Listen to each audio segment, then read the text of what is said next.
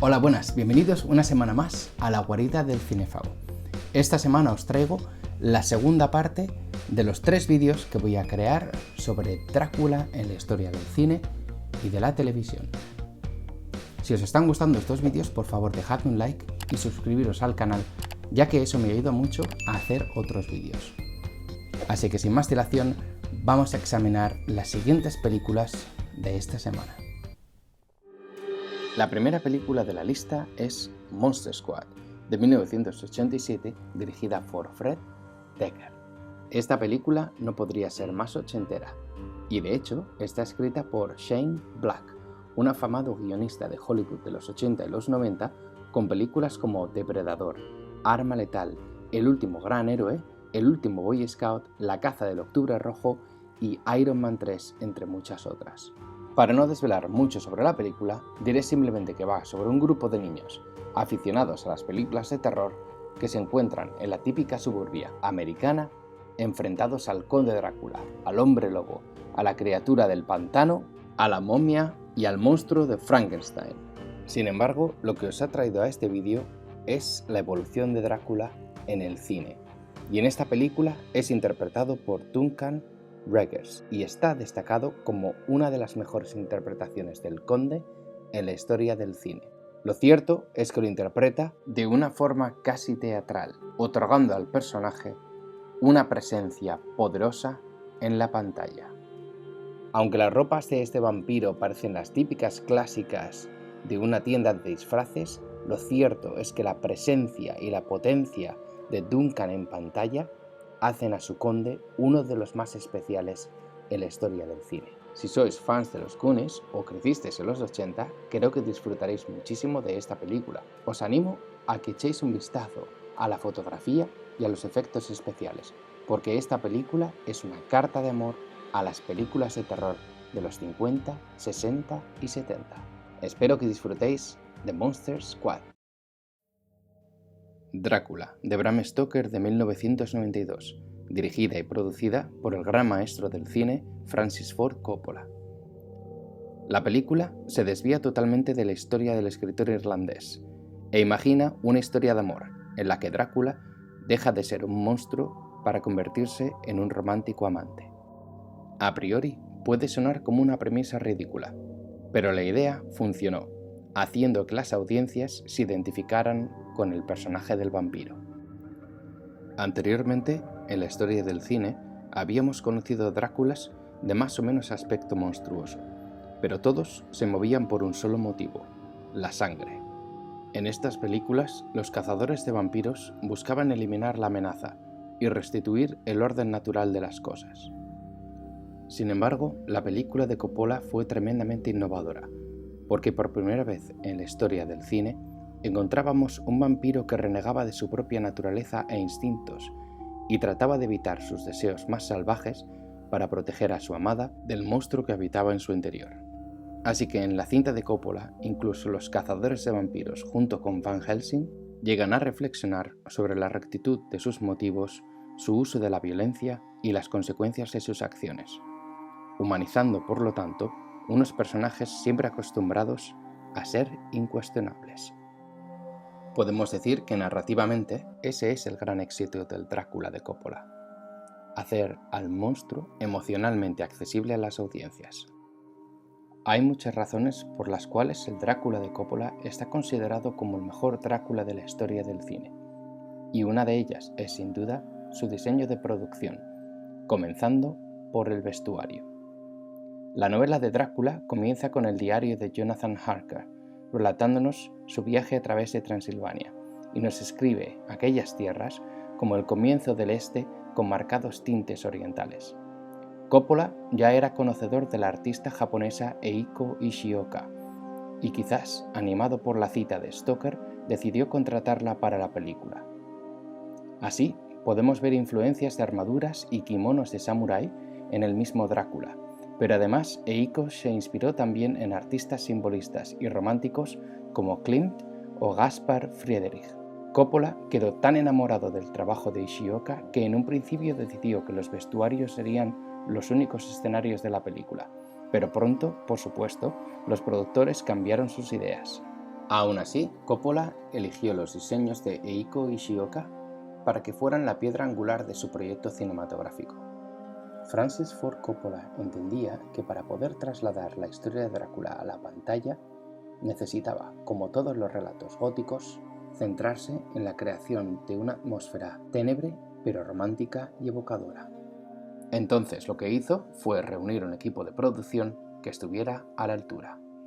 Comenzó con Thomas E. Sanders, el cual ganaría, gracias a esta película, una nominación al Oscar a la mejor dirección artística.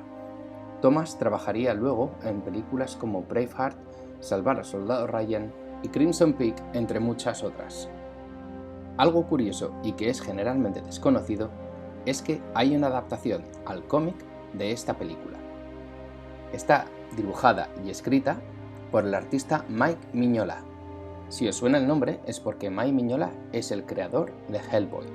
Además, este artista es muy amigo de Guillermo del Toro y los dos han colaborado en diversas películas, como El laberinto del fauno, Crimson Peak, La forma del agua, entre muchas otras películas. El papel de Mignola en el Drácula de Coppola fue muy importante, ya que trabajó codo con el director de fotografía y el director de diseño de producción para crear la atmósfera necesaria en esta película. A cargo de la fotografía encontramos a Michael Ballhaus, el cual trabajaría en Goodfellas o uno de los nuestros, Boogie Nights y Sleepers, entre muchas otras. Si hay un apartado de la producción que se merece una mención especial, es el de diseño de efectos sonoros. Este corre a cargo de Michael Ballhaus, el cual más tarde trabajaría en películas como Mad Max, Blade Runner 2049, Transformers y Spider-Man Into the Spider-Verse. El trabajo de diseño de Ballhaus es exquisito, sobre todo durante las escenas en el castillo de Drácula, donde podemos oír voces susurrando, gimiendo y llorando desde los oscuros recovecos del viejo castillo. Los efectos especiales de Drácula de Coppola también merecen una mención en particular, ya que en una época en la que fondos verdes y efectos generados por computadoras empezaban a llenar nuestras pantallas, Coppola eligió ceñirse a la utilización de efectos más tradicionales, haciendo de esta película un directo homenaje a la historia del cine. En la banda sonora encontramos a Wojtek Kilar, que inspirándose en las bandas sonoras clásicas de la Hammer y también en compositores polacos como Chopin, creó una banda sonora atmosférica y terrorífica. Esta banda sonora ha sido copiada hasta la saciedad en películas, series, documentales y hasta en videojuegos, como por ejemplo Bloodborne. En cuanto al reparto de actores, encontramos primero a Gary Oldman, el cual ya estaba afianzando su fama de gran actor al haber interpretado a Sid Vicious, bajista de los Sex Pistols, en la película Sid and Nancy, y que se vio catapultado a la fama después de su interpretación del Conde Drácula. Oldman trabajó durante meses con profesores de canto para reducir su voz a una octava más baja, para dar al conde un sonido más amenazador. Además de esto, Gary Oldman aprendió a hablar magiar y rumano para poder dotar al conde de un acento creíble. Algo curioso es que la voz en la escena en la que Vlad Tepes clava la espada en la cruz, maldiciendo a Dios para luego caer de rodillas al suelo, no es en realidad de Gary Oldman, sino del director de fotografía, que por aquel entonces era cantante en una banda de punk. En cualquier caso, Gary Oldman supo construir un conde Drácula cargado con el peso de la eternidad y con el peso moral de sus propias acciones, dándonos así un monstruo único. En el resto del reparto encontramos actores estelares como Anthony Hopkins, Winona Ryder, Keanu Reeves, Richard E. Grant y muchos otros. Pero también es cierto que el resto del reparto fue lo que causó la caída ante la crítica de esta película. Actores con marcados acentos americanos fueron escogidos para interpretar personajes victorianos ingleses, y esto arruinó un poco la película. Es cierto que en los países en los que no hablamos inglés, las películas están normalmente dobladas, así que esto no lo percibimos. Pero lo cierto es que sí arruina un poco la película. De hecho, Keanu Reeves admitiría unos años más tarde que su trabajo en esta película no había sido demasiado bueno. Espero que os haya gustado mi introducción al Drácula de Coppola y confío en que os gustará tanto como a mí. Y ahora vamos con La sombra del vampiro, dirigida por Elias Merhige en el año 2000.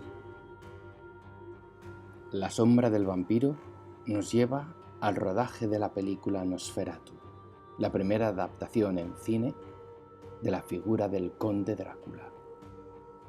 Aquí conocemos a Frederick Willem Murnau, el director de la obra, el cual está tan obsesionado con adaptar la obra de Bram Stoker que utiliza a un vampiro de verdad para interpretar al conde Orlok. Y Murnau promete al vampiro sangre a cambio de trabajar para él. La razón por la cual esta película ha entrado en nuestra lista es porque en ella vemos al vampiro Orlok como algo real y que se transforma poco a poco en un ser patético y dependiente, el cual solo traerá desgracia a aquellos que se acerquen a él. Además, y como ya hemos destacado antes, Nosferatu fue una de las primeras obras cinematográficas más importantes de la historia y estableció, así, la larguísima relación entre los vampiros y el cine. Quizás El conde Orlok de Willem Dafoe sea una de las interpretaciones más realistas de un vampiro en la pantalla de un cine. Lo hace viejo, senil y olvidado, una criatura patética que para sobrevivir tiene que alimentarse de los débiles. La sombra del vampiro no es una película de terror, sino que es un viaje a través de la historia del cine en el cual el director nos invita a preguntarnos, tal vez como en el Drácula de Coppola, ¿quién es el verdadero monstruo? Sin más, os dejo con La sombra del vampiro. Y con esto llegamos a la última película de la lista, Dracula Untold, dirigida por Gary Shore en el año 2014. Esta película recicla la idea creada por Coppola, en la que Drácula es un ferviente esposo y un amado padre de familia. Por supuesto, esta película vino en el año 2014, en el cual ya estábamos de pleno en el mundo de las películas de superhéroes. Y esta película, de alguna manera, nos muestra a Drácula como si fuera una especie de superhéroe, una especie de salvador por la tierra de Rumanía. Y por lo tanto nos lleva a una época medieval con una estética gótica y a un tiempo que realmente jamás existió. Podríamos decir que realmente es una película de fantasía. El Drácula que nos encontramos en Drácula Untold es en realidad una versión idealizada de Vlad Tepes, el noble de Rumanía que vivió durante el siglo XV y en el cual se basaría Bram Stoker para crear a su monstruo. Como he dicho al principio, esta película se enfoca en el aspecto heroico de Drácula. Incluso el marketing de la película rezaba que para convertirse en un héroe a veces había que sumergirse en las tinieblas. Como os digo, creo que intentaron hacer de Drácula un superhéroe. De hecho, algo que apoya mi teoría es el hecho de que esta película iba a ser la primera película del universo de monstruos de la Universal, queriendo imitar, por supuesto, al universo cinematográfico de Marvel y DC. Lamentablemente, ese proyecto fue un fracaso, ya que después de la película de Tom Cruise de La momia, fue cancelado. Aún así, Drácula Untold es una película muy entretenida de ver, y para cualquier fan de Drácula, es una película que no se puede pasar. Ahora os dejo para que disfrutéis de Drácula Untold.